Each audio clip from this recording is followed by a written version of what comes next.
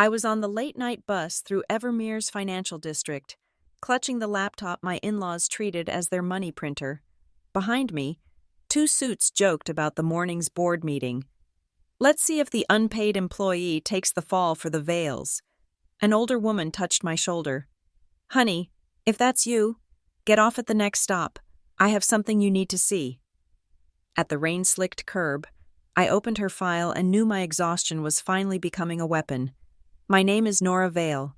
I'm 32, and until tonight, my official title was Head of Risk Mitigation at Northbridge Systems. Unofficially, I was the unpaid, uncredited, and perpetually exhausted engine of my husband's family. My shift had ended 3 hours ago, but the work never really ended. Now, at 10:47 p.m., the number 7 bus was my steel cocoon, rattling its way through the rain-slicked canyons of Evermere's financial district toward the quiet, tree-lined streets of Maple Cross. The air inside was thick with the smell of damp wool, cold plastic, and the faint, cloying scent of a cherry air freshener dangling from the driver's mirror, swinging like a tiny pendulum counting down the seconds of my life. The laptop bag on my lap felt heavier than its 10 pounds. It was a dead weight, a block of obligation. To Caleb's family, the Vales. This machine wasn't for my work. It was their personal ATM, a magic box from which I produced the presentations, reports, and strategies that kept their family business. Crossvale Holdings, afloat. They called it helping out. I was beginning to understand it was something else entirely. The fluorescent lights overhead flickered, casting long, distorted shadows that danced with the movement of the bus. Each flicker felt like a glitch in my own operating system, a system running on fumes and the thin, unfulfilling fuel of familial duty. That's when I heard their voices, cutting through the low rumble of the engine. 2 men, standing by the rear door, their suits a size too big and shiny with cheap polyester. They reeked of stale coffee and the kind of cheap ambition that curdles into resentment. I'd tuned them out, another piece of the city's background noise, until a few specific words sliced through my fatigue. So Marla has it all scripted for the board meeting tomorrow, the taller one said, his laugh a wet, unpleasant sound. Tenna, sharp. The takedown, the other one snickered. Think she'll cry? Who? The unpaid intern? The wife? The tall one leaned against a pole, grinning. Nah, she's too professional for that. She'll just sign the papers, take the blame for the NV consulting mess, and walk out. The Vales will make sure she's taken care of course, quietly. My blood went cold. It was a strange, prickling sensation that started at the base of my neck and spread down my arms. NV Consulting.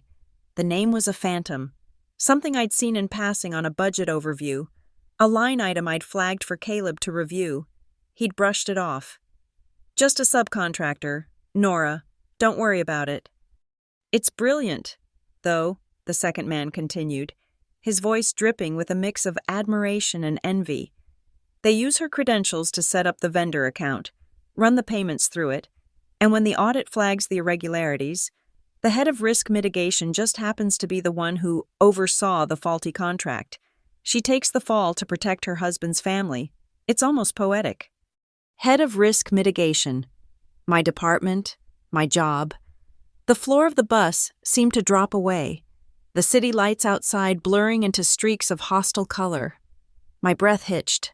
They were talking about me. This wasn't a hypothetical office drama. It was the script for my professional execution. A soft, dry hand touched my shoulder. I flinched, my head snapping around. An older woman was seated beside me, though I hadn't noticed her get on. She was slight, with sharp, intelligent eyes that seemed to miss nothing. Her coat was worn but clean, and she clutched a thin manila folder to her chest like a shield. "Honey," she whispered, her voice barely audible above the bus's groan. Her gaze flicked toward the 2 men, then back to me. "If they're talking about you, you need to get off at the next stop. I have something you need to see." My mind was a chaotic swirl of denial and white-hot fear. This couldn't be real. It was a misunderstanding, a coincidence. But the look in the woman's eyes held no room for coincidence. It was steady, somber, and deeply knowing. The bus hissed to a halt at a stoplight, the red light washing over her face, highlighting the grim set of her mouth. "Who are you?" I managed to ask, my own voice a stranger's whisper. "My name is June Ellery," she said, her voice still low. "I used to be the payroll manager at Northbridge, until I was made redundant 6 weeks ago for asking too many questions about NV Consulting." The light turned green, the bus lurched forward. The two suits, oblivious, got off at the next corner, laughing as they disappeared into the misty rain. My stop was 2 more away. "Get off with me," June urged gently. "Please." I looked at her, then at the rain-streaked window. The reflection that stared back was a pale, hollowed-out version of myself. For 2 years, I had carried the weight of the Vale family's professional lives on my back. I had written the reports Caleb took credit for, negotiated the deals Rhea celebrated as her own, and smoothed over the mistakes Marla made with her imperious management style. I did it all for love, for family, for the promise of a shared future. I had told myself my exhaustion was a noble sacrifice. Now, it felt like the slow, methodical work of a parasite. When the bus reached the next stop, a lonely corner under a buzzing, yellow street lamp, I stood up. My legs felt unsteady, but I followed June Ellery out into the cold, damp air. The doors hissed shut behind us, and the bus pulled away, its red taillights vanishing into the night, leaving us in a small, isolated bubble of light. "They aren't just planning to have you take the blame," June said, wasting no time. She opened the manila folder. "They built the entire trap using your identity." She handed me a stack of papers. They were poorly copied. The ink faded in places, but the information was brutally clear. It was a series of payment authorizations from Northbridge Systems to a vendor named NV Consulting, LLC. The amounts were substantial, routed through my department's cost center. My gaze scanned the columns of figures until it landed on the vendor's banking details. Then, the address. It was a P.O., box in a neighboring state, a ghost. "NV," I said aloud, the pieces clicking into place with sickening precision. "Nora Vale." "Your tax filing initials," June confirmed, her voice flat. "They registered a shell corporation using a variation of your name. It was just different enough to avoid immediate detection, but close enough to be damning in an audit. They've been siphoning funds for months, classifying them as consulting fees." My finger traced a line on the page to the authorization signature. It was digital, a clean, flowing script, my script. This signature, where did they get this? "Think back," June prompted. "Did you sign anything for them recently? Something unofficial?" The bus hitting a puddle down the street sent a spray of water arcing through the air. The sound, a sharp, slicing hiss, triggered a memory. Last spring, Crossvale Holdings was sponsoring a local youth center. Marla had been in a panic about the paperwork. She'd sent me a digital donation form via email. "Just sign this for us, Nora dear," her message had read. "Caleb's tied up, and it needs to be filed by noon. It's just for the charity." I'd opened the document on my phone, scribbled my signature with my fingertip, and sent it back without a second thought. A meaningless, helpful little task, a good daughter-in-law, a supportive wife. They had lifted it. They had scanned my signature from a charity form and repurposed it as a digital asset, a key to unlock a corporate treasury, a tool to build my own professional guillotine. I tried to warn management. June's voice was laced with a weary bitterness. I flagged the first payment. My director told me it was a sensitive, high-level project approved by the Vales. When I showed him the irregularities in the vendor setup, I was called into HR. They offered me a generous severance package and a non-disclosure agreement so airtight I couldn't even tell my own husband why I lost my job. She gave a short, mirthless laugh. They bought my silence. They thought. I leaned against the wet brick of the building behind me, the cold seeping through my coat. Every late night, every weekend sacrificed, every time I had swallowed my own ambitions to prop up theirs. It all coalesced into this single moment of betrayal.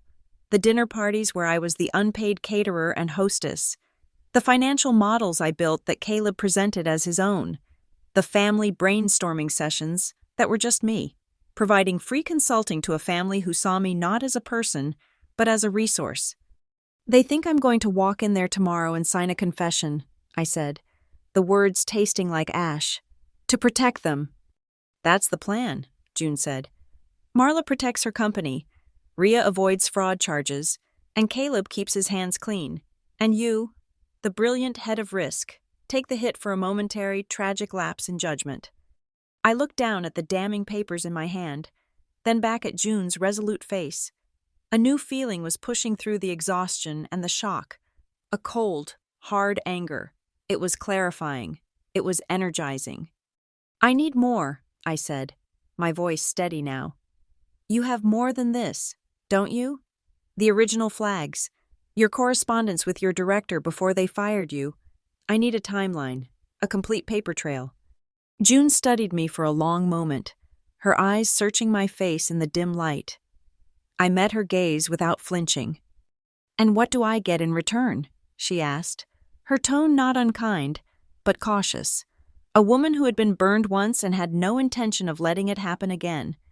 You get the satisfaction of knowing that the 10 a.m. board meeting tomorrow will not go according to their script. I promised. I will rewrite it, and your name will be cleared in the process. A slow, small smile touched the corners of her lips. She reached into her coat and pulled out a second, thicker envelope, pressing it into my hand. They forgot something important when they fired me, she said, her voice dropping to a conspiratorial whisper. They forgot I know where the first thread is. You pull it, and the whole thing unravels. She nodded once, a gesture of solidarity. You're not alone in this, Nora. She turned and walked away, her footsteps quiet and sure, disappearing into the darkness of a side street, leaving me standing under the sputtering yellow light. The rain had softened to a fine mist. I stood there for a full minute, the cold envelopes in my hand, the weight of the laptop on my shoulder. The exhaustion was still there, but it had changed. It was no longer a crushing burden. It was fuel. I pulled out my phone. My fingers were numb with cold, but they moved with a new, sharp purpose. I opened a new message, addressed it to my own number, and typed a simple sentence, a vow, a battle plan. From now on, everything is evidence. I hit send. The screen glowed back at me in the dark. The message delivered. The sound of the confirmation was the quietest, most definitive gunshot I had ever heard. The walk home from the bus stop was a 10-minute journey through a world that had been completely re-landscaped by the truth.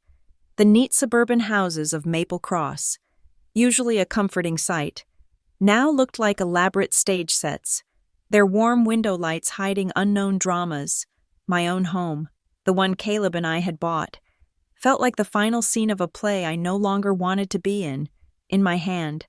The envelopes from June Ellery were cold and slightly damp, a physical anchor to the new, brutal reality. My role in the Vale family narrative had been a lie, and I had been the last one to know. At every Vale family gathering, every Crossvale Holdings corporate event, Marla would introduce me with a proprietary arm around my shoulders. And this is Nora, she'd announce to some business associate or family friend, her voice a smooth, practiced melody. Caleb's right hand. We'd be lost without her. The title was a beautiful, hollow prop, on paper, in the official records of their lives.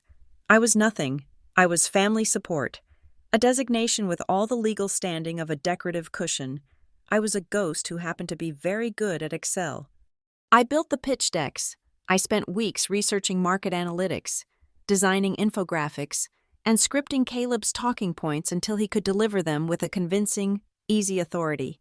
I was the one on late-night calls with overseas suppliers, negotiating terms and logistics while Caleb slept. When Crossvale needed a new internal risk control framework, a project entirely in my professional wheelhouse, I wrote the entire 80-page manual.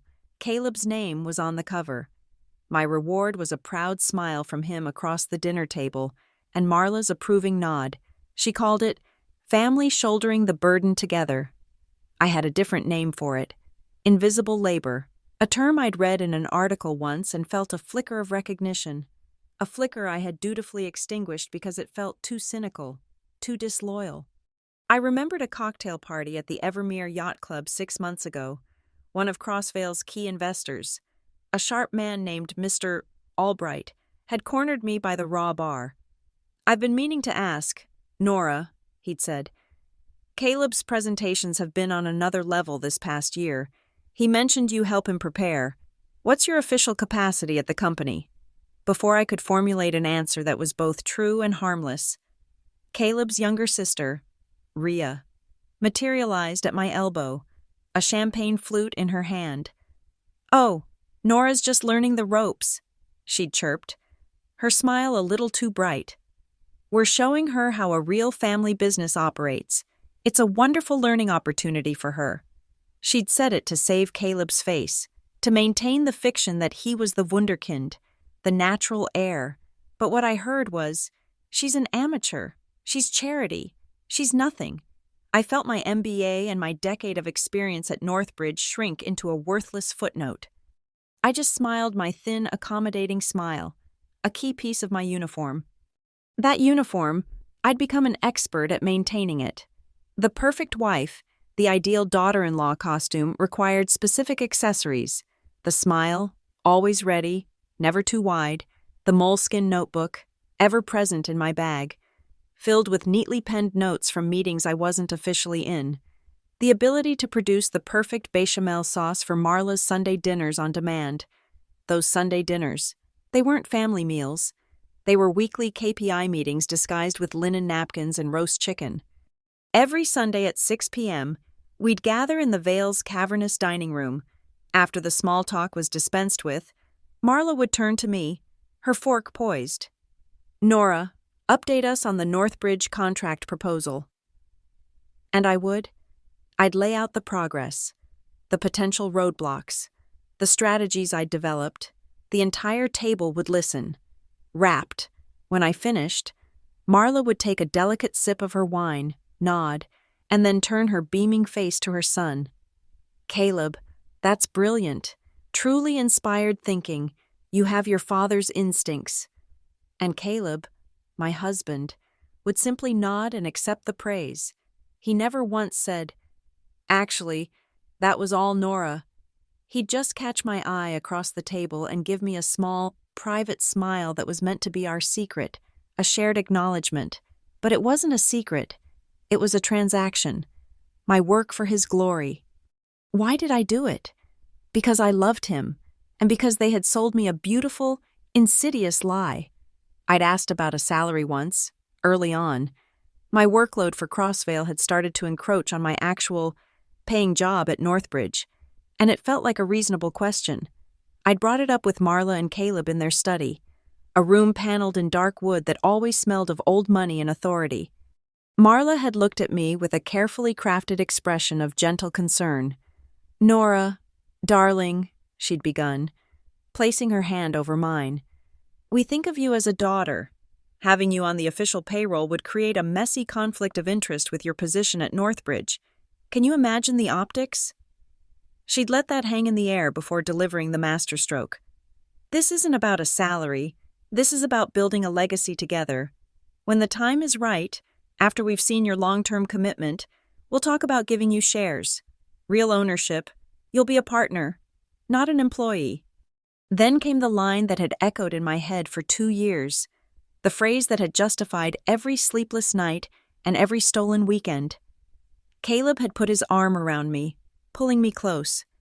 "Think of it this way," he'd said, his voice warm and convincing. "A family is a company, but it's one that doesn't pay in salary.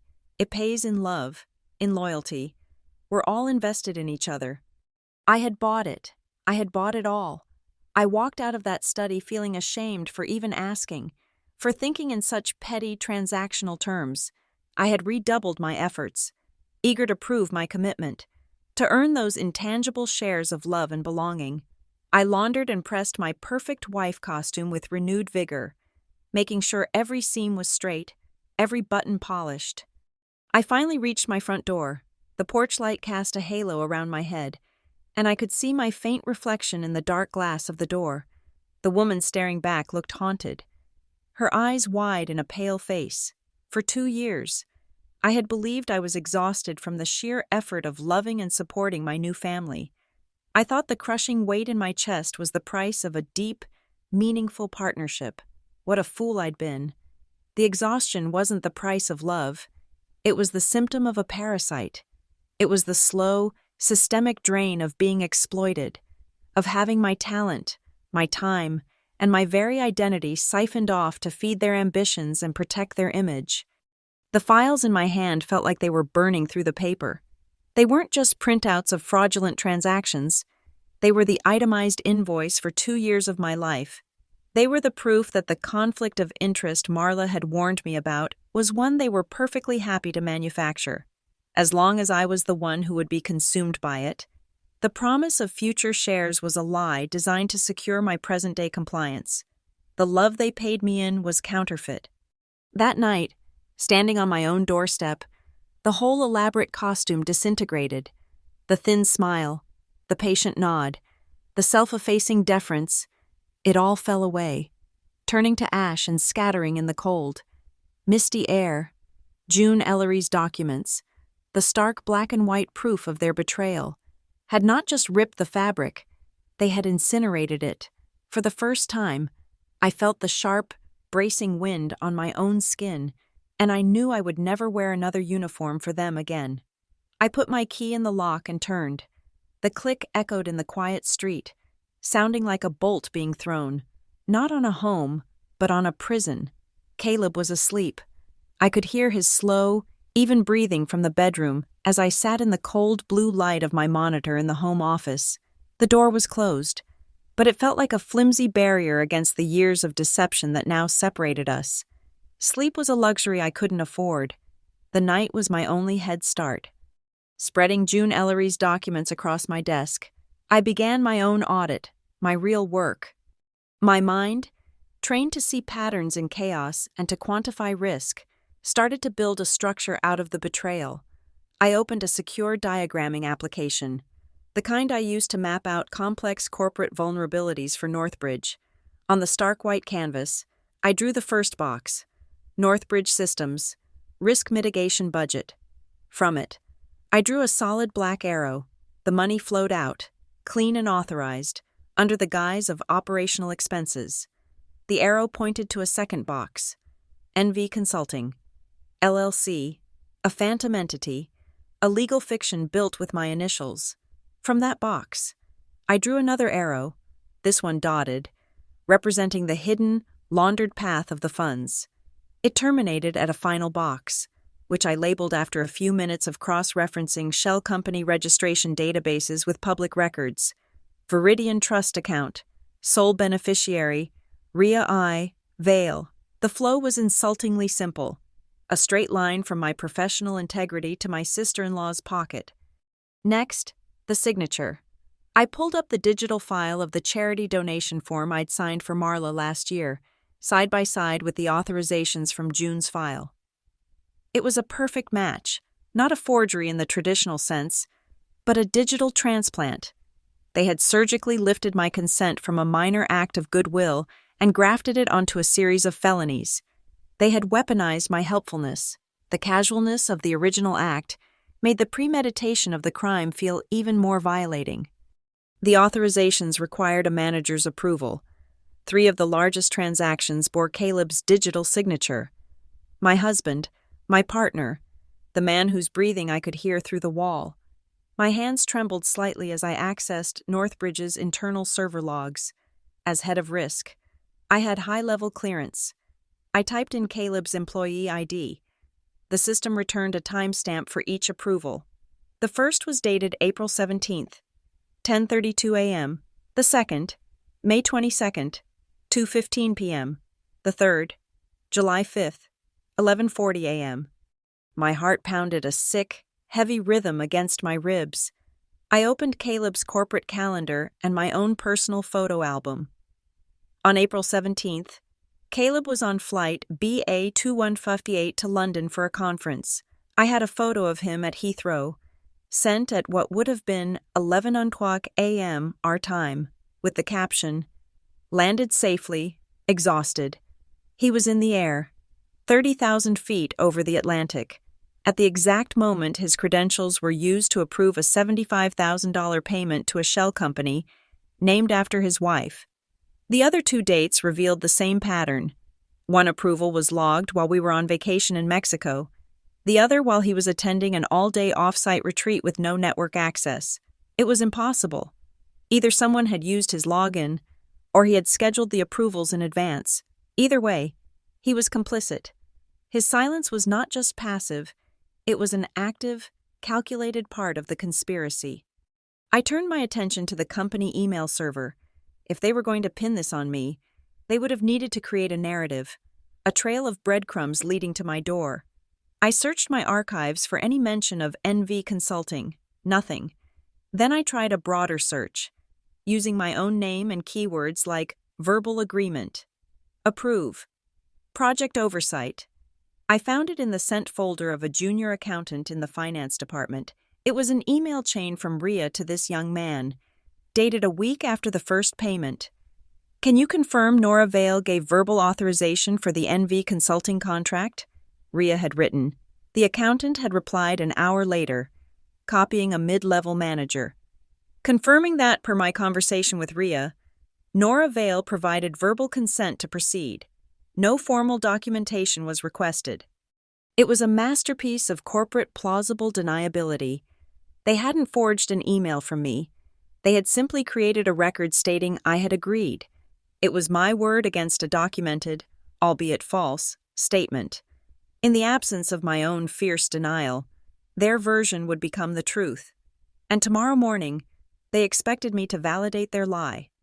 Evidence is only useful if it's preserved. My movements became swift and precise. I took one of my encrypted, work-issued hard drives from its case, then two more from my personal safe. I began a full data transfer, creating 3 identical, bit-for-bit copies of everything: June's scanned documents, the flowchart I had just created, the screenshots of the server logs showing Caleb's impossible approvals, the damning email chain, the side-by-side comparison of my signatures. When each drive was complete, I ran a hashing algorithm, generating a unique SJ256 alphanumeric string for each data set. This was the digital equivalent of a notarized seal. It would be mathematically impossible for anyone to claim I had altered the evidence after this moment. I labeled the drives, B and C, and placed them in separate, secure locations. June had given me a second envelope. I opened it now. It contained payroll records for NV Consulting, obtained, I suspected, through one of her still loyal contacts in the payroll department. The list of consultants was short. The names were unfamiliar at first, until I cross-referenced them with Marla's holiday card list from last year. They were all distant Vale cousins, a student in another state, a retiree in Florida, people being paid handsome monthly stipends for no-show jobs, their silence and complicity purchased with my company's money, under the banner of my name. The legal framework came next. I logged into the Northbridge corporate governance portal and pulled up the company's official conflict of interest policy. There it was, in stark, unambiguous language. Section 4, Clause B. All employees must disclose in writing any and all financial or familial relationships with external vendors, contractors, or consultants.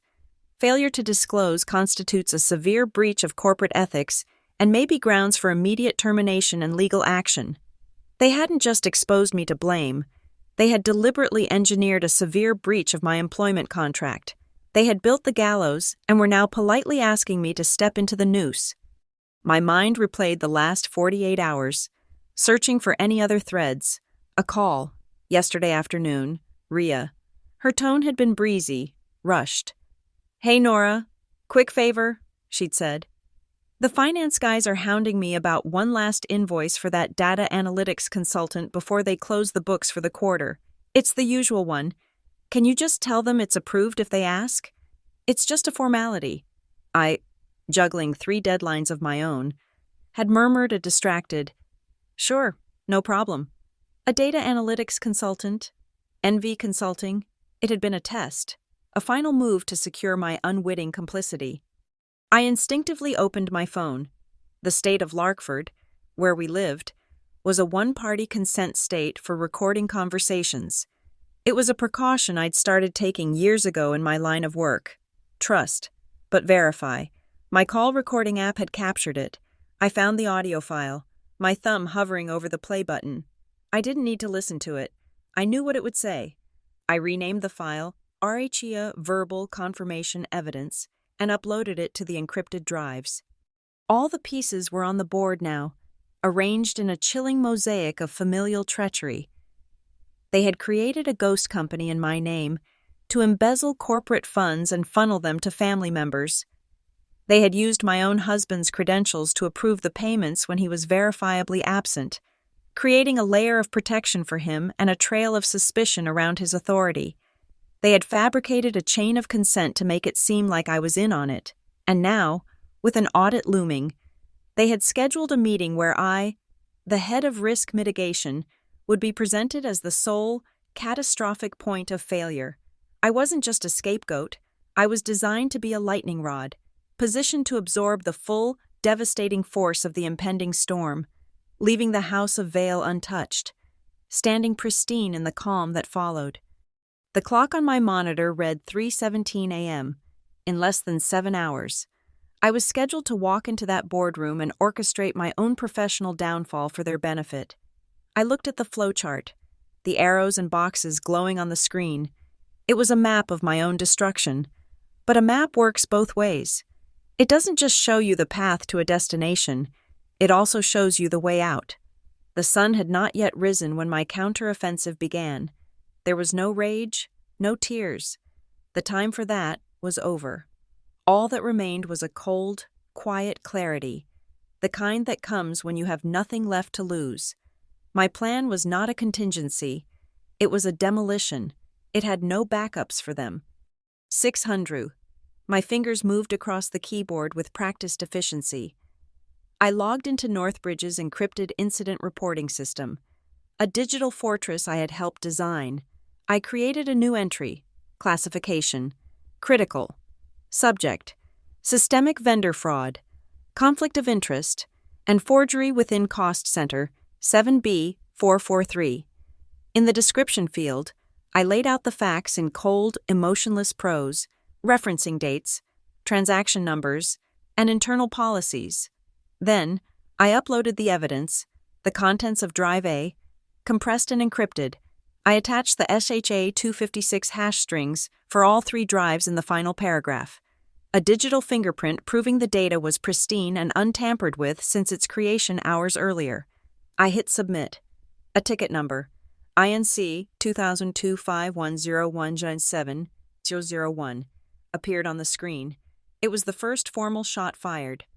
6:10. I switched to a secure browser running on a sandboxed operating system, a ghost on our network. I navigated to the Northbridge Ethics Committee's anonymous whistleblower portal. This channel was managed by an external law firm, guaranteeing impartiality. I submitted the same package of evidence, but this time I framed the narrative differently. I was not just a victim, I was a reporter. I explicitly cited Section 4, Clause B of the Corporate Governance Charter, the mandatory disclosure policy they had engineered for me to violate. I posed the question directly. How did a shell company, registered to the initials of a senior manager and funneling funds to the family of another executive, operate for 9 months without a single conflict of interest flag being raised by the finance department? I was no longer just defending myself. I was questioning their entire oversight structure. 6:30. A prearranged text message led me to an all-night notary public office in a sterile strip mall 5 miles from my house. June Ellery was already there, a thermos of coffee in one hand. She looked tired, but resolute. I had emailed her a draft of her witness statement an hour before, a concise, factual account of her discovery, her attempts to report it, and her subsequent termination. She read it over one last time, her lips moving silently, then nodded. This is accurate. In front of the sleepy-eyed notary, She signed the document. I watched the man press his official seal into the paper. The embossed mark was a satisfying thud of finality. It transformed June's story from a grievance into sworn testimony. I paid him in cash, and we walked out into the pale, pre-dawn light. "Good luck, Nora," she said, giving my arm a firm squeeze before disappearing into her car. 700. Back at my desk, I opened my corporate email. It was time to set the stage. I composed a new message, marking it with the highest priority flag. The recipients were two of the most powerful people in the company: Arthur Vance, the general counsel, and Eleanor Finch, the independent chairperson of the audit committee. The subject line was designed to be impossible to ignore. Urgent, critical vendor risk review and potential breach of fiduciary duty. The body of the email was brief. Arthur, Eleanor, a significant issue regarding a contractor, NV Consulting LLC, has come to my attention that requires your immediate review. I am available to present my preliminary findings at 10:00 a.m. in the 23rd floor strategy room. Please confirm your attendance. I did not copy Caleb, Marla, or anyone in their chain of command. I was escalating this to the highest level, creating a command performance they would be walking into blind. 7:05. The bait needed to be set. I logged into my personal bank account. The balance, a product of my own hard work and careful savings, felt like a private reserve of power. I initiated a wire transfer. The recipient account number was the one from June's files, the account belonging to NV Consulting, LLC. The destination was Ria's Viridian Trust. In the amount field, I typed $1,000. In the memo line, I wrote, Audit Trail Marker, Octi 17, 2025. I clicked Confirm. Somewhere in a server farm, a single dollar began its journey. It was a tracer, a digital flare I had just fired into their dark financial channels. It gave me a fresh transaction, one that I had initiated and could track in real time. If anyone tried to move money out of that account today, my $1 bait would be on the statement, time-stamped and undeniable. 7:20. I switched to my personal email account. Time to bait the other trap. I sent a calendar invitation to Marla, Ria, and Caleb. The tone was deliberately casual, echoing hundreds of similar requests I had made before. Quick family sync before the board meeting, the subject read. The body was even more innocuous. Just want to align on the presentation points for the 10 a.m. Let's jump on a quick Zoom at 9:30 to run through it. Link to follow. They would see it as me, the ever-diligent Nora, making sure their story was straight. They would accept without a second thought. They wouldn't know that the Zoom link I would eventually send them wouldn't be for a private family chat, but the public waiting room for the official, recorded meeting with the general counsel and the chair of the audit committee. 7:45. I called the Northbridge IT security hotline. This is Nora Vale, employee ID 77429, I said, my voice calm and authoritative. I am formally invoking Security Protocol 9 Delta. I have filed a critical incident report. Ticket number INC 2025-10117-1, concerning a potential compromise of executive credentials and fraudulent activity originating from my own department. As per protocol, I need an immediate and temporary freeze on all delegated access privileges associated with my account, as well as those of Caleb Vale and Ria Vale, pending an investigation. This is to ensure data integrity. The agent on the other end, trained to respond to these specific code phrases without question, simply said, Understood, Ms. Vale. The freeze will be active in 5 minutes. I had just locked them out of the very systems they had used to frame me. Any attempt to delete logs or alter files would now be impossible. 0800. The time for action was nearly over. The time for theater was about to begin. They would be expecting me to sign a document, so I prepared one. I took a single sheet of high-quality bond paper from my desk. At the top, I typed, Letter of Resignation and Acknowledgement of Responsibility. I left the rest of the page blank. It was the perfect prop. It was what they wanted to see. I placed it in a leather portfolio, Beside the portfolio, I placed a single pen. It was a fountain pen, one my father had given me when I graduated from business school. The ink inside was a deep, vibrant, indelible red. 08:15. I picked up my personal phone. One final message. I opened my message thread with Caleb. The last text from him was from the night before. Working late again? Don't wear yourself out. Love you. The hypocrisy of it made my stomach turn. My reply would be the last choice I ever gave him as his wife. I typed 2 sentences, each one a world of consequence. You have 2 options before 10 a.m. Stand with the truth, or stand in silence with them. I didn't add his name. I didn't add my love. I hit send. The message was delivered. There was no turning back now. 08:30. Dressed in a dark gray suit that felt like armor. I walked out of my office, the leather portfolio in my hand. I drove to the Northbridge Tower in silence. The city waking up around me, oblivious. I walked through the marble lobby, my heels clicking with a steady, unhurried rhythm. I stepped into the elevator alone. As the doors slid shut, sealing me inside the mirrored car, I watched my own reflection, a woman I was only just beginning to recognize. I pressed the button for the 23rd floor. The ascent was smooth and silent. I watched the numbers light up, one by one. 15, 16, 17. Each illuminated digit felt like a layer of a carefully constructed lie being peeled away. With every floor I rose, they fell. I wasn't just going to a meeting, I was ascending to a reckoning. The strategy room on the 23rd floor was a sterile box of glass and steel, designed to make people feel small and consequential decisions feel abstract. The air was chilled to a precise 68 degrees, smelling faintly of industrial cleaner and ozone. A long black granite table reflected the recessed ceiling lights like a dark, still lake. 3 untouched glasses of water sat like chess pieces, already gathering condensation. Marla was seated at the head of the table, the matriarch enthroned. She wore a severe navy blue dress, her posture impeccable, a general surveying her battlefield. Caleb, my husband, sat to her right, his gaze fixed on the polished surface of the table. His face a pale, unreadable mask. He hadn't responded to my text. To my left, Rhea fumbled with a laptop, her movements jerky and uncertain. On the massive screen at the end of the room, the title of her presentation glowed in crisp, corporate font: Risk Allocation and Mitigation Strategy, Q3 Irregularities. It was a title so bland it was obscene. They were calling their crime an irregularity.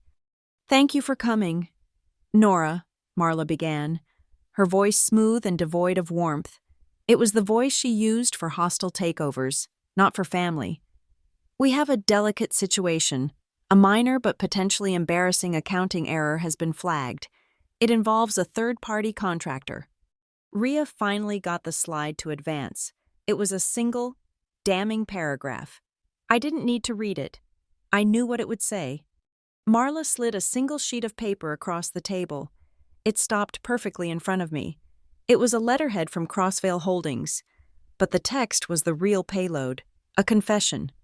"To protect the family and contain any unnecessary external inquiries," she recited from memory. Her eyes locked on mine. "We've drafted a simple statement. It confirms that, in an effort to expedite a project, you engaged an external vendor without following the complete multi-stage approval process. A simple oversight. You sign, you take a leave of absence, and the family makes this go away. We will, of course, provide you with a generous severance package for your trouble." I looked at the paper, "To protect the family." Nora Vale confirms she acted unilaterally. The words were a poison dart. I looked at Caleb. He refused to meet my eyes. He was a ghost at his own mother's execution party. I didn't touch the paper. Instead, I reached into my leather portfolio and pulled out a small remote control. I clicked a button. The projector flickered, and Rhea's carefully crafted slide vanished, replaced by a stark, black and white system log from the Northbridge servers. "That's an interesting theory, Marla," I said. my voice even and calm. The sound of it, my own voice, felt powerful in the silent room. But the data tells a different story. I used the remote's laser pointer to highlight a line of text on the screen. This is the digital approval for the first payment of $75,000 to NV Consulting, authorized by Caleb's credentials. It was logged on April 17th at 10:32 a.m. I clicked the remote again. A new image appeared beside the log. A photo from my phone of Caleb, smiling wearily, holding a cup of coffee. The geotag and timestamp were clearly visible in the corner. And this is Caleb at Heathrow Airport in London on the same day. A photo he sent me at what would have been 11 a.m. our time. According to the airline, his flight was in the air at the exact moment he supposedly approved that payment from his desk here in Evermere. A flicker of panic in Ria's eyes. Marla's lips thinned into a single, hard line. Caleb finally looked up, his face ashen. The logs for the other two major payments, I continued, my voice cutting through the strained silence, show he approved them while we were on a beach in Mexico, and during a company retreat where all network devices were secured in a locker. His credentials were used, but he was physically incapable of using them. I let that sink in. Then, I clicked the remote one more time. The screen went black. I placed a small digital audio recorder on the table. Of course, there's also the matter of verbal consent. I pressed play. Ria's voice, tinny and artificially cheerful, filled the room. Hey, Nora, quick favor. The finance guys are hounding me about one last invoice for that data analytics consultant. Can you just tell them it's approved if they ask? It's just a formality. My own distracted, muffled voice replied, Sure, no problem. I stopped the recording. A formality, I repeated, looking directly at Ria, whose face had gone blotchy and red. That was yesterday. You were baiting me into creating a verbal record of my complicity, weren't you? Marla slammed her hand flat on the table. The sound was like a gunshot. That is enough, she hissed, her corporate veneer cracking to reveal the raw, furious matriarch beneath. Families do not air their laundry like this. This is not a courtroom. This is a private matter. We don't need this kind of noise. As the word noise left her lips, there was a sharp rap on the glass door. Every head turned. Standing in the doorway were Arthur Vance, the general counsel, and Eleanor Finch, the steely-eyed chair of the audit committee. Arthur held a tablet in his hand. Marla. Caleb, Arthur said, his voice a low baritone that commanded attention. He nodded curtly at me. I believe we were invited to this meeting. We received a report through the whistleblower channel at 6 a.m. this morning. It concerns a vendor named NV Consulting. Marla's face, for the first time since I had known her, lost all its color. The control she held so tightly had just been ripped from her hands. Eleanor Finch walked into the room, her gaze sweeping over the scene with the impartial eye of an archaeologist examining a tomb. Nora, Eleanor said, her voice crisp, the report was filed under your credentials, but it makes claims against you as well. Perhaps you can shed some light on this. I'd be happy to, I said. I picked up my remote again. Ria's self-incriminating presentation title was gone. In its place, my simple, brutal flowchart appeared. Northbridge Systems, NV Consulting, LLC, Viridian Trust Account, Beneficiary, Ria I, Vale. For the past 9 months, I began, my voice clear and steady, funds from my department's budget have been illegally siphoned through a shell corporation registered with my initials. The beneficiary is a trust controlled by Ria Vale. I clicked through the evidence. The shell company's registration, the payroll documents showing Vale family members as no-show consultants, the side-by-side comparison of my stolen signature. This morning at 7:05 a.m., I continued, moving to the final piece of my presentation. I initiated a $1 wire transfer to the NV Consulting account. I did this to create a live tracer, a digital marker on the most recent bank statement. I brought up a live feed of the account summary page, a browser window I had kept open. The balance was displayed in green numerals. As you can see, the dollar is there. The account is active. I paused, holding my gaze on Rhea, who was now staring fixedly at her lap, her hands trembling. The final piece of this puzzle, I said, is demonstrating active, present-day control of the fraudulent account. And then, as if on cue from a perfect, invisible director, a small notification window popped up on the live feed I was projecting. It was an automated alert from the bank. Alert. A withdrawal of $5,000 has been initiated from this account. Transaction pending. A collective gasp went through the room. At the exact moment the alert appeared, I saw it. So did everyone else. Rhea, under the table, her head bowed, was furiously tapping on her phone screen. She was trying to empty the account. Right now. The game was over. Caleb shot to his feet, his chair scraping violently against the floor. His face was a mask of horror and disbelief. He looked from the screen, to his sister, and then to his mother. He leaned across the table, his voice cracking, raw with a shame that was years too late. "Mom," he pleaded, his voice breaking. "Stop. Just stop."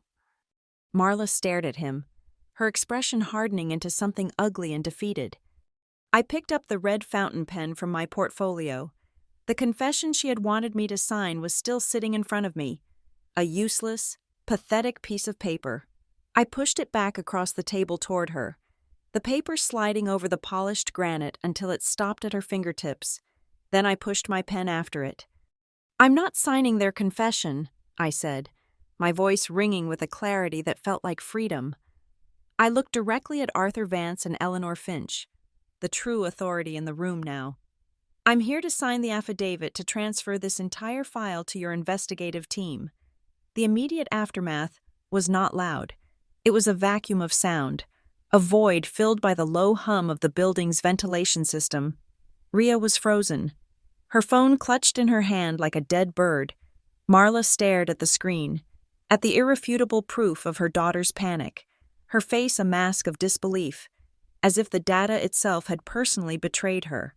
Arthur Vance and Eleanor Finch exchanged a single, decisive look.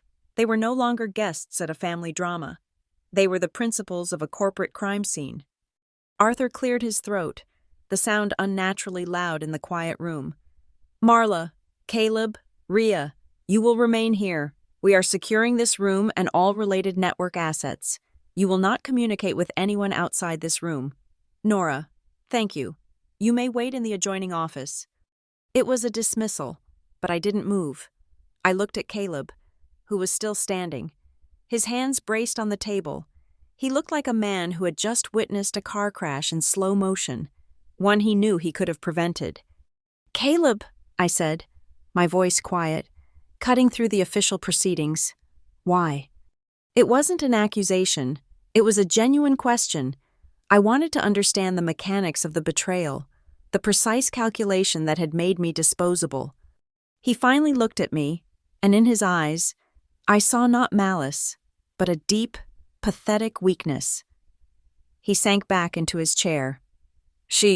Mom said it was the only way," he began, his voice raspy, broken. Crossvale was facing a potential liquidity crisis after the Apex deal went south. The funds were a temporary bridge. She said it was a paper shuffle, completely safe. She swore she'd have it all back in the accounts before the quarterly audit. "And my name?" I asked, keeping my voice level. "Using my name, my signature, my professional standing as the shield for all of it?"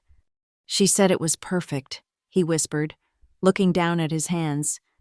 "She said you were the head of risk, that if anything was ever flagged, your involvement would make it look like a procedural error, not a crime. She said we had to protect the legacy. Crossvale is all we have. She pressured me." He confessed it all in a torrent of shame. He admitted to knowing about the signature, to giving Marla his login credentials to use while he was away. He had been a willing, silent partner, hoping the problem would simply evaporate. He had balanced the risk to his family's company against the risk to his wife's entire life and career, and he had made his choice. I listened to every word. I absorbed the pathetic logic of it. the corrosive power of Marla's influence, the cowardice he mistook for filial loyalty. When he was finished, a heavy silence fell over the table once more. He had explained the how, he had explained the why, but he had missed the most important part. "Did you think I would survive it?" I asked. The question was simple, direct. It wasn't about the money or the company, it was about me. When he had played this out in his mind, when he had agreed to let them place my head on the chopping block, what had he pictured happening to me afterward? Caleb looked up, his eyes wide. He opened his mouth to speak, but no words came out. He just stared at me, his expression a hollow canvas of shock. And in that silence, I got my answer. He had never thought about it. My survival, my future, my professional and personal ruin, it had been an abstraction to him, an acceptable externality in the spreadsheet of protecting the Vale legacy. His silence was not an absence of an answer, it was the answer itself. It was a void where his concern for me should have been, and it was more damning than any confession. Marla, seeing the last vestiges of her family alliance crumbling, made one final, desperate play. She shifted from corporate titan to calculating mother-in-law, her voice dropping into a tone of pained intimacy. "Nora," she said, leaning forward, "this is a family tragedy, a terrible mistake, but it doesn't have to be a public one." She glanced toward Arthur and Eleanor, as if they were merely paid consultants who could be dismissed. "Let's handle this internally. We can make a statement about a system glitch. You remain silent, and the family will transfer a symbolic number of Crossvale shares into your name, a real partnership, just like we promised." It was the same lie she had told me 2 years ago, now offered up again amidst the wreckage, as if it still held any currency, a symbolic number of shares. The phrase was so insulting, so tone-deaf, it was almost laughable. My gaze dropped to my left hand, resting on the table, to the platinum wedding band on my finger. For 5 years, it had been a symbol of our partnership, our love. Now, I saw it for what it had become. A perfect, unbroken circle, a loop, a cage, a tool of control. It felt heavy, a brand marking me as Vale property. I saw the faint, pale indentation on my skin beneath it, the ghost of the ring, a mark that would linger even after the metal was gone. Slowly, deliberately, I pulled the ring from my finger. The movement was surprisingly difficult. My knuckles were cold. It made a soft, metallic scraping sound against my skin.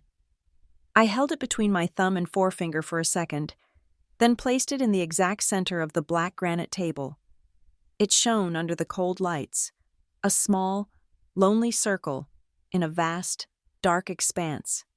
"A marriage," I said, my voice resonating with a finality that startled even me, "is not a risk mitigation tool." The sight of the ring on the table finally broke something in Caleb. A strangled sound escaped his lips. He pushed his chair back and lunged around the table, grabbing for my hand. His own was trembling, cold and clammy. "Nora, no, please," he choked out, his eyes shining with unshed tears. "We can fix this. I'll fix this. I'll stand with you. I promise. I'll stand with you." I looked down at his hand holding mine, then back up at his desperate face. He still didn't understand.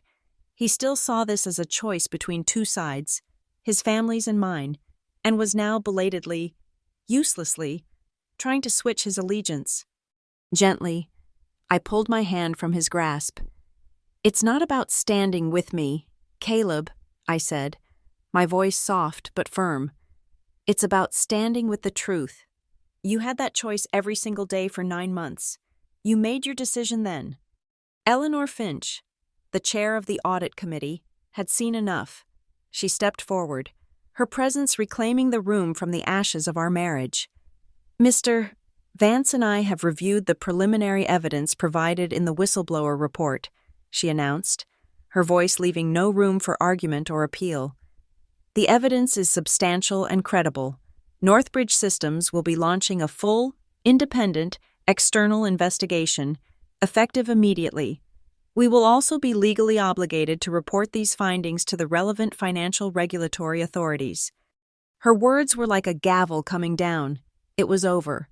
The door on any internal, family-managed solution was slammed shut and locked. The matter was now out of their hands entirely. I looked at Caleb one last time. He seemed to be shrinking in his suit, the weight of his mother's legacy and his own failure crushing him. I looked at the ring on the table, a promise turned into an artifact. In that moment, the strategy room felt like a strange, cold mausoleum for the life I thought I had. One door, the heavy, ornate door of my marriage, had just swung closed for the final time, its lock clicking into place, but as I turned to walk out of that room, leaving them to the quiet, methodical processes of corporate justice, I felt something else. Not joy, not triumph, but the clean, sharp air of a new and unknown space. Another door, one I hadn't even realized was there, had just opened, and for the first time in years, I was walking through it alone and unburdened. The glass-walled office Arthur Vance had given me felt less like a sanctuary and more like a command center. The meeting had ended less than an hour ago, but the corporate machinery, once aligned against me, was now moving at my direction. The speed was dizzying. My exhaustion had been burned away by adrenaline, leaving a sharp, focused calm. I was no longer a piece on the board. I was the player. The first domino fell at 11:45 a.m., a company-wide email, sent from the desk of the Chief Human Resources Officer. The subject line was stark. Leadership update. Finance Department. The body was brief and brutal.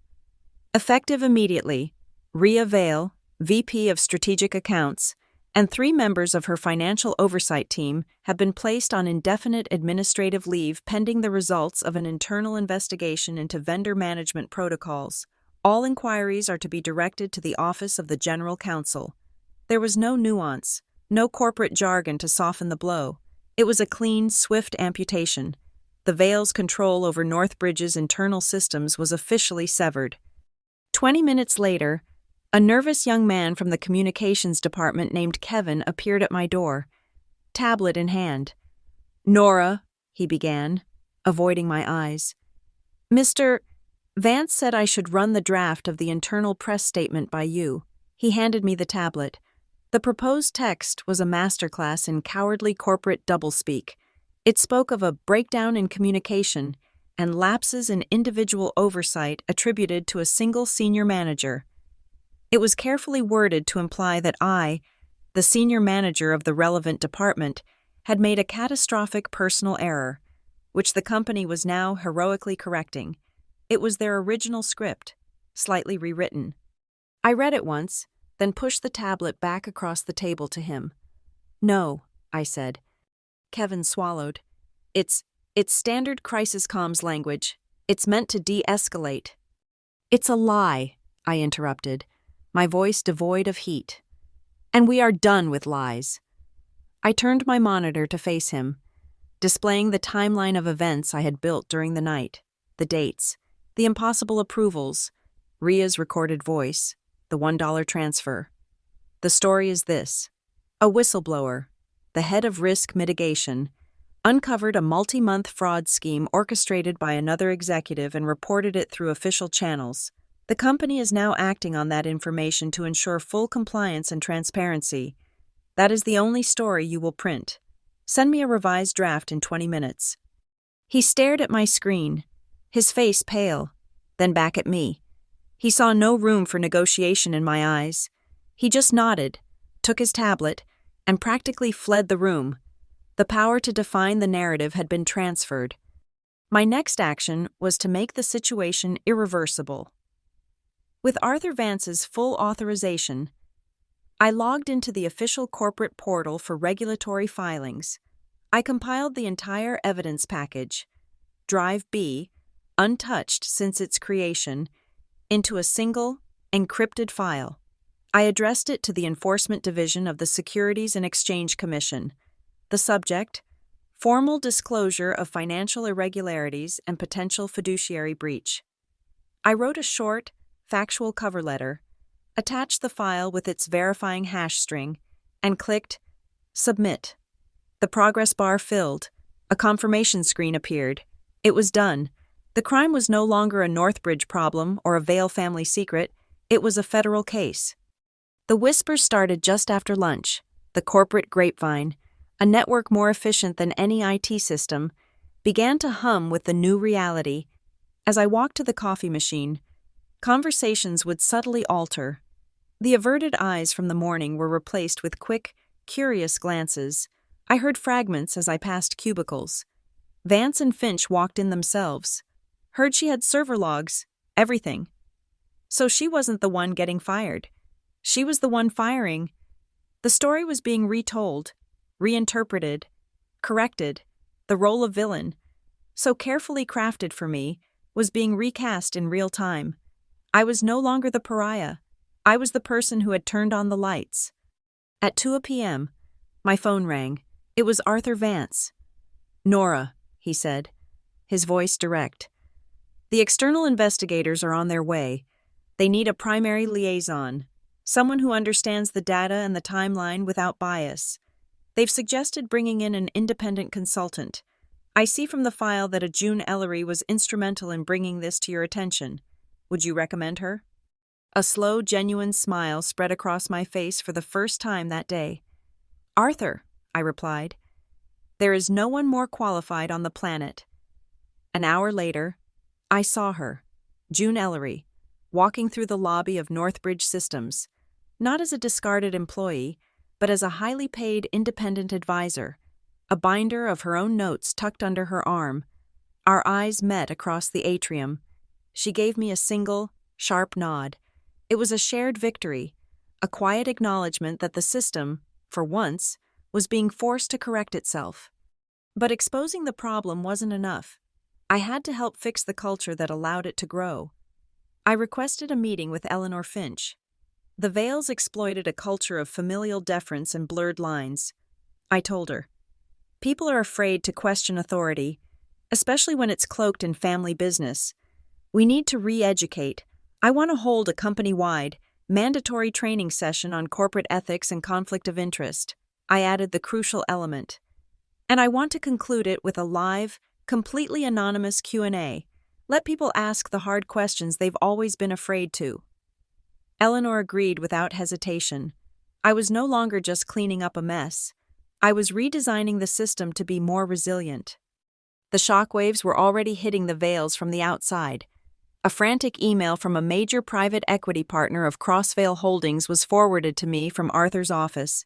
The partner was demanding immediate and unequivocal confirmation of Crossvale's compliance with all vendor and anti-fraud regulations, citing disturbing rumors circulating in the market. The Vale's reputation, their most valuable asset, was hemorrhaging. Arthur authorized me to respond on behalf of Northbridge. My reply was professional, precise, and devastating. I confirmed that Northbridge had uncovered significant irregularities with a Crossvale-related entity and had turned the matter over to federal regulators. I made no accusations, just stated the facts. The facts were enough. I had become the gatekeeper of trust, and the Vale family was on the outside, begging to be let in. The final piece of the old regime fell that afternoon.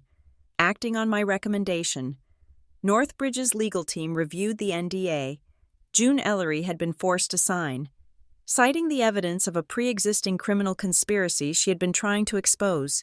They declared the agreement null and void, a product of duress and designed to conceal a felony. They sent a letter to June, formally releasing her from all its constraints. Another chain was broken. The Vales had lost control completely. Their wealth, their influence, their carefully manicured public image. None of it could stop the relentless march of the data I had unleashed. The story was no longer theirs to spin. The facts were in the driver's seat now, and they were unconcerned with family legacies or hurt feelings. I stood by the window of my temporary office, looking down at the city lights beginning to sparkle in the dusk. They had created a role for me, the scapegoat, a creature designed to carry the sins of the powerful into a wilderness of disgrace, allowing them to walk away clean. But they had miscalculated. They had chosen the wrong person. I hadn't run into the wilderness. I had stood my ground. and I had taken the burden of their sins and turned it into a bonfire. I was no longer the scapegoat. I had become the signal flare, an unmistakable light cutting through the darkness, warning everyone, the old rules are over. The night of secrets was at an end. 2 days later, I sat in the same strategy room on the 23rd floor.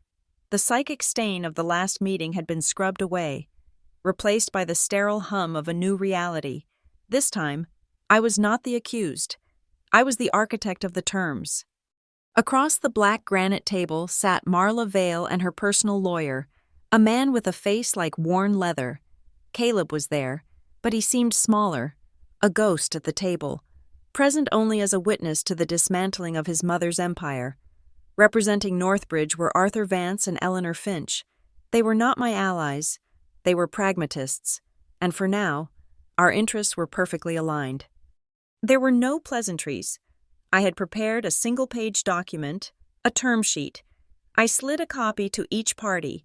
It was not a negotiation. It was a diagnosis and a prescription, the only one on offer.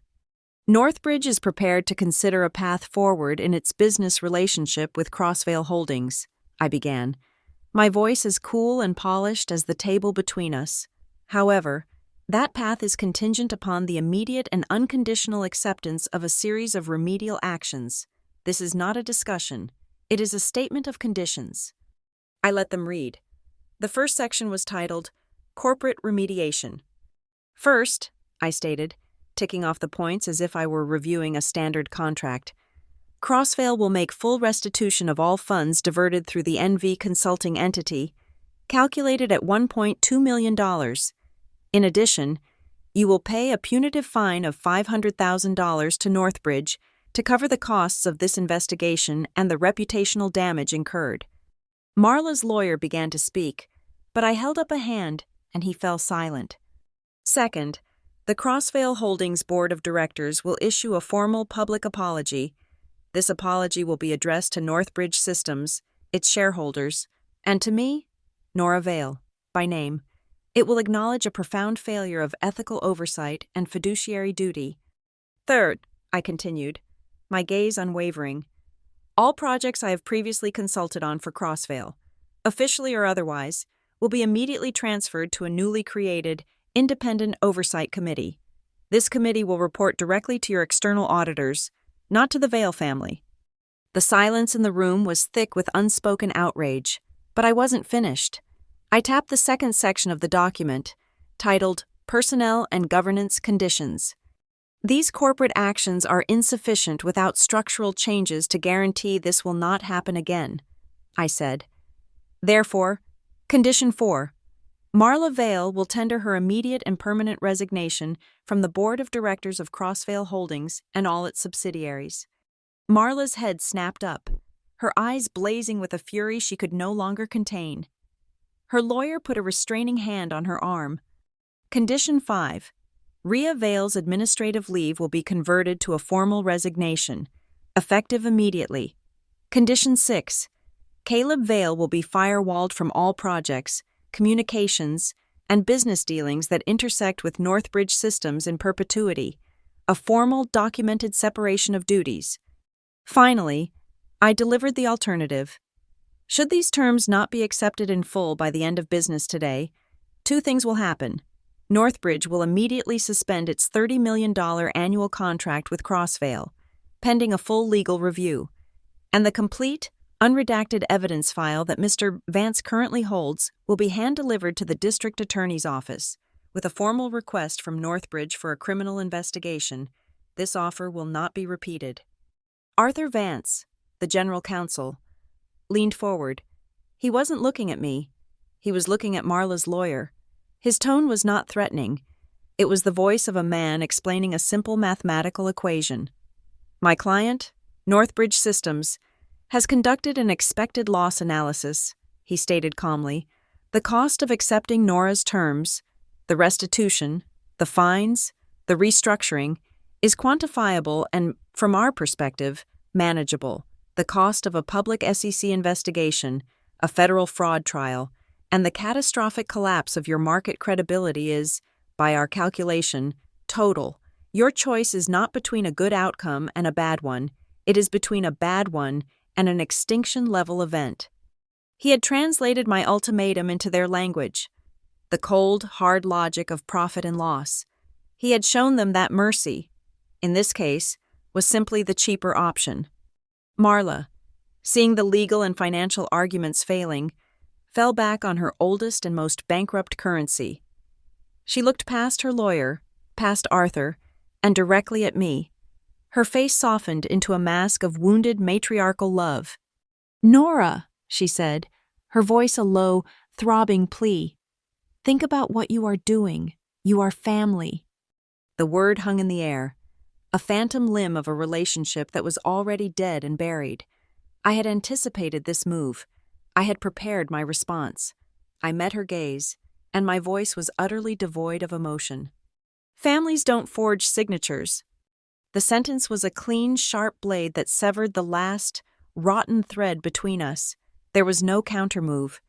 The emotional blackmail that had been her primary weapon for years was now useless. The silence that followed was broken by Caleb. He had been a statue throughout the meeting, a man hollowed out by his own choices. He straightened up, and for the first time, he looked not at me, but at his mother. "Mom," he said. His voice was cracked, fragile, but for the first time, it was clear. "Stop. Just let me do it." He turned to his mother's lawyer. "We accept the terms, all of them. Draft the acceptance." It was the first decision he had made against her, and it was the decision to surrender. It was not courage, not yet, but it was the beginning of an acknowledgement. The Crossvale lawyer, seeing his client capitulate, nodded grimly. The Northbridge board, represented by Eleanor Finch, gave a slight, formal nod of its own. "The board will accept this remediation plan in principle," Eleanor stated. "Contingent on one final condition. We require a formal announcement to all Crossvale employees, outlining the leadership changes and the commitment to the new oversight protocols. It must be done in a public forum, a town hall." "Fine," Marla's lawyer grumbled. "We'll book the main conference room." "No," I said, speaking for the last time. All eyes turned to me. I had one final move to make on this board, one final term to set. "The announcement will be held in the main atrium of the Crossvale headquarters," I stated. "The large one, with the 4-story video screen." I remembered that atrium. It was where they held their big corporate celebrations. It was where, a year ago, they had celebrated a major product launch that I had single-handedly salvaged from disaster. I had stood in the back of the crowd, watching Caleb accept the thunderous applause for my work. They had all clapped, their faces beaming, while I remained invisible, a silent partner to their success. "I will be the one to present the remediation plan," I said. "My message will be delivered from that stage. It will no longer be a whisper from the back of the room."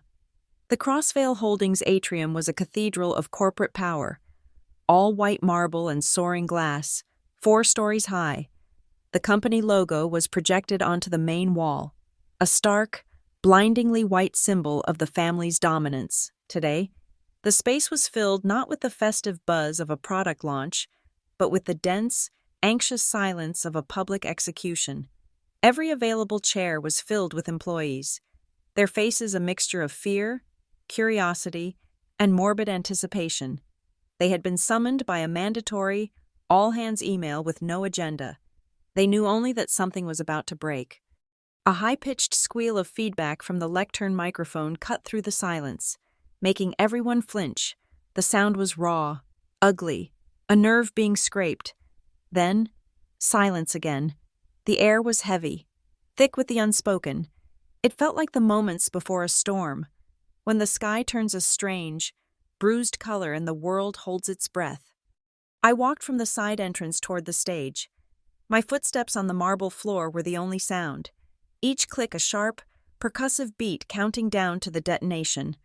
I wore the same dark gray suit, my armor. In my hand was the same small remote control. I felt the collective gaze of hundreds of people on me, a physical weight. They saw the head of risk from Northbridge, their primary business partner. They saw Caleb Vale's wife. They did not yet see the person who was about to dismantle their reality. I reached the lectern. The bright white logo behind me felt like a spotlight, pinning me to the stage. I looked out at the sea of faces, a blur of muted colors and nervous expressions. I didn't clear my throat. I didn't offer a greeting. "Good morning," I began, my voice amplified, unnaturally clear and steady in the vast space. "My name is Nora Vale. For the last 2 years, you have known me as a consultant, a partner, and a member of the Vale family, but my name, or a version of it, has also been used for another purpose." I clicked the remote. The massive Crossvale logo behind me vanished, replaced by the cold, clean lines of my flowchart. A collective gasp rippled through the atrium. My initials, N, were used to create a shell corporation, I continued, my voice a calm, factual narrative. This entity, NV Consulting, was used as a pass-through to embezzle over $1 million from Northbridge Systems. The funds were then funneled into a private trust, and from there, paid out to a list of ghost consultants who happened to be members of the Vale family. I spoke without anger, without accusation. I was simply a narrator, reading the facts from a ledger that had been hidden for too long. I clicked the remote again.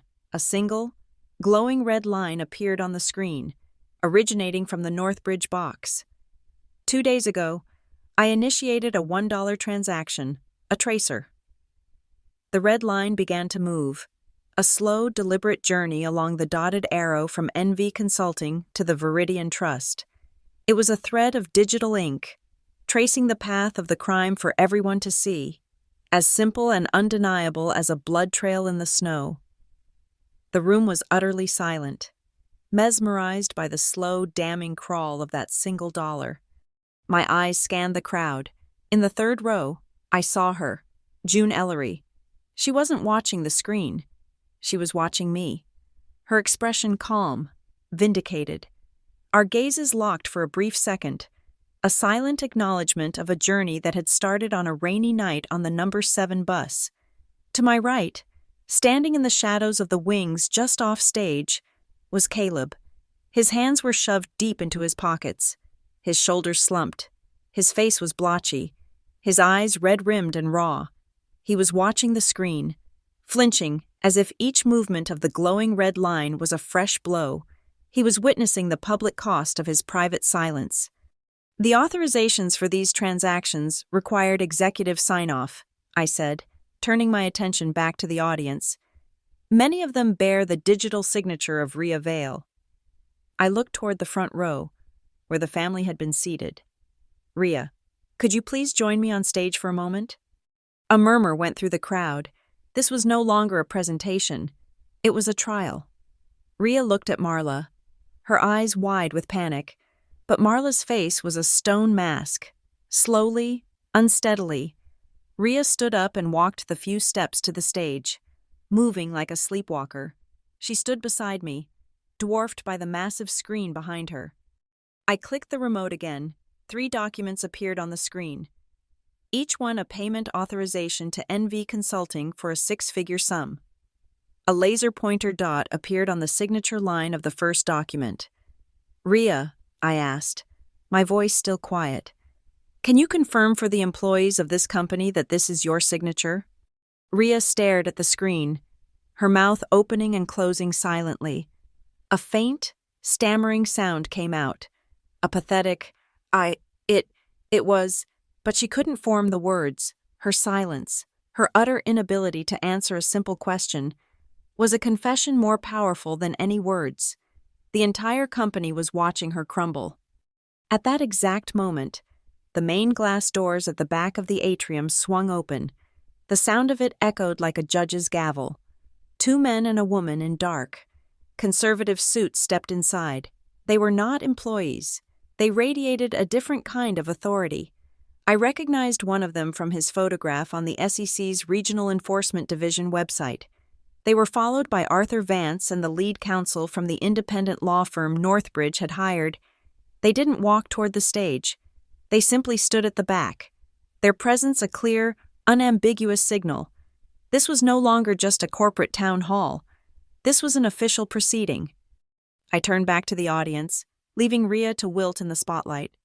"For 9 months," I said, my voice gaining a new, hard edge. I was unknowingly positioned to be the explanation for this crime. The plan was for me to be the shield, to absorb the impact, to take the fall, to protect the institution and the family name behind it. I took a breath, letting the weight of that statement settle.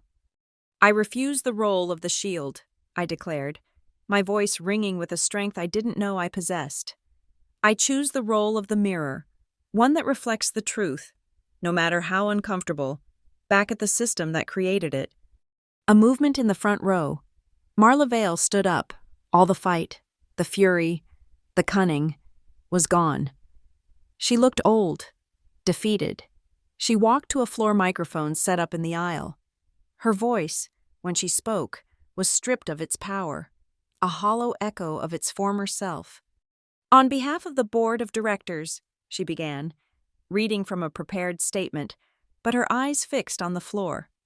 "Crossvale Holdings formally apologizes for a severe and unacceptable violation of our stated ethical standards.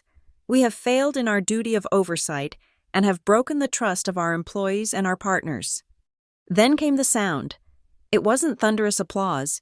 It was something stranger, more profound, a slow, rising tide of clapping. It started with one person in the back, then another, then 10, then 100. It was not a standing ovation of celebration. It was a sustained, rhythmic applause of release, of acknowledgement.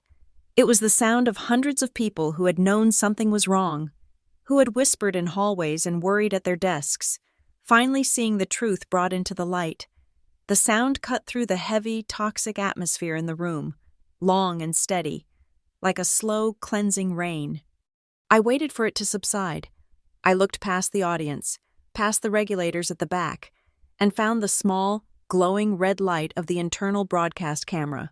I looked directly into its lens, speaking not just to the people in the room, but to the entire corporate culture, to the very memory that would be stored on the company's servers.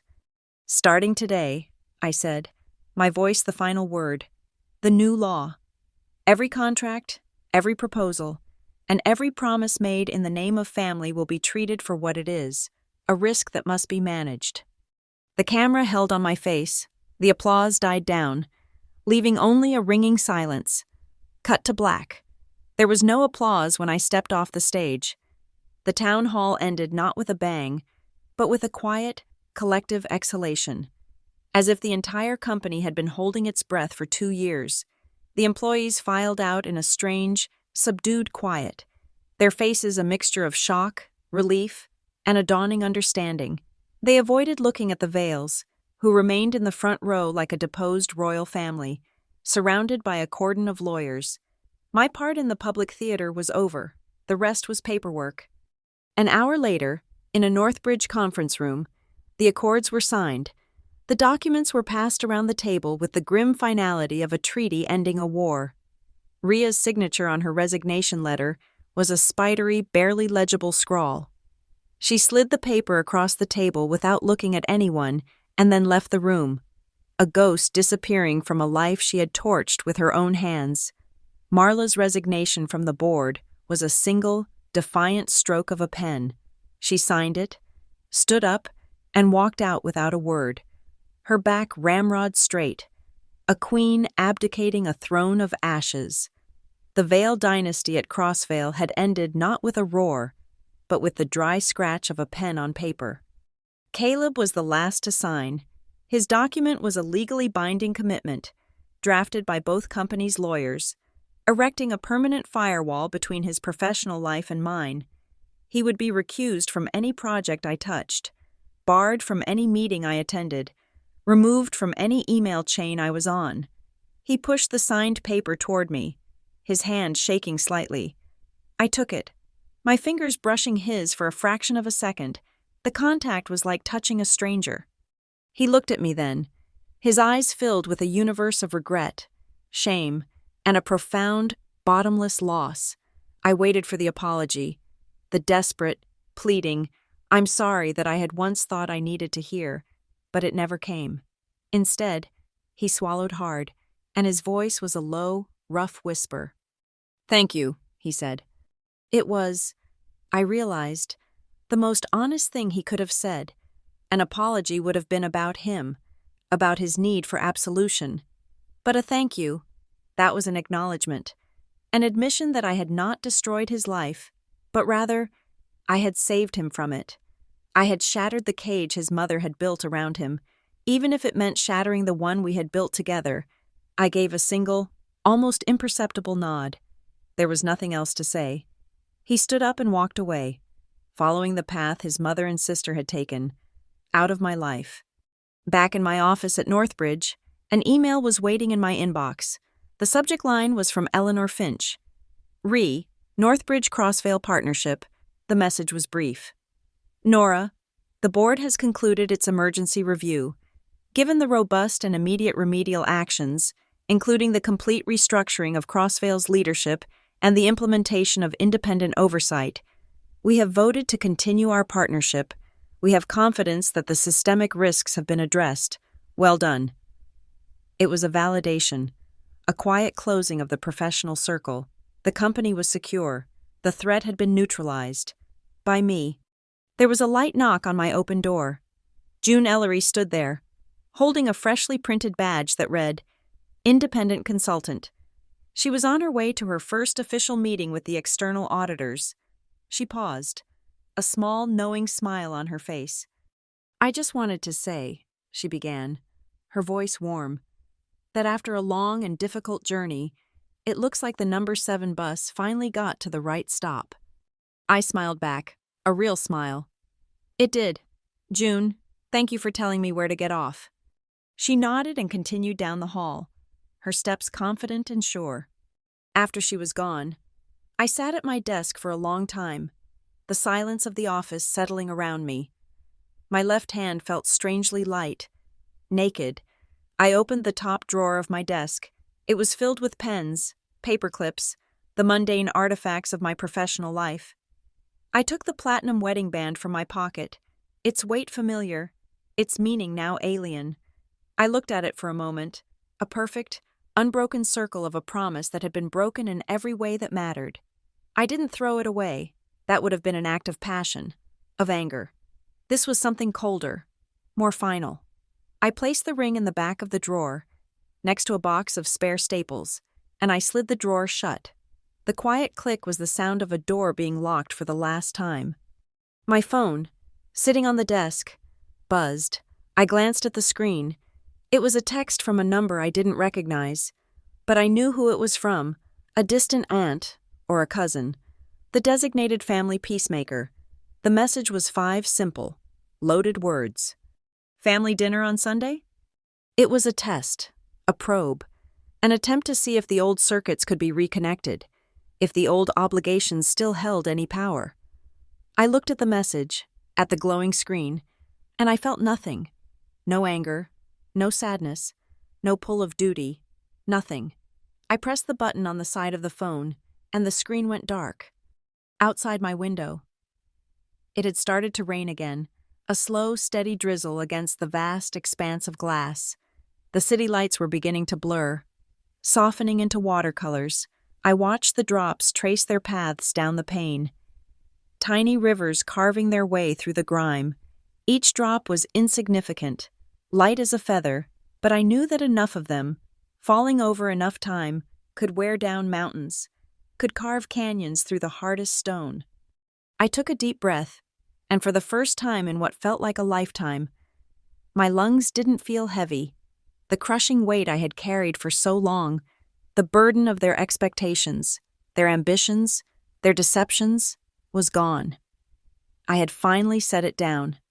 I stopped carrying it for them, I thought to myself, the words forming with a quiet, absolute clarity, and I let them carry their own weight. The screen goes dark. The end. Thank you so much for listening to this story. I'd love to know where you're tuning in from. So please drop a comment below and let's connect and share our thoughts.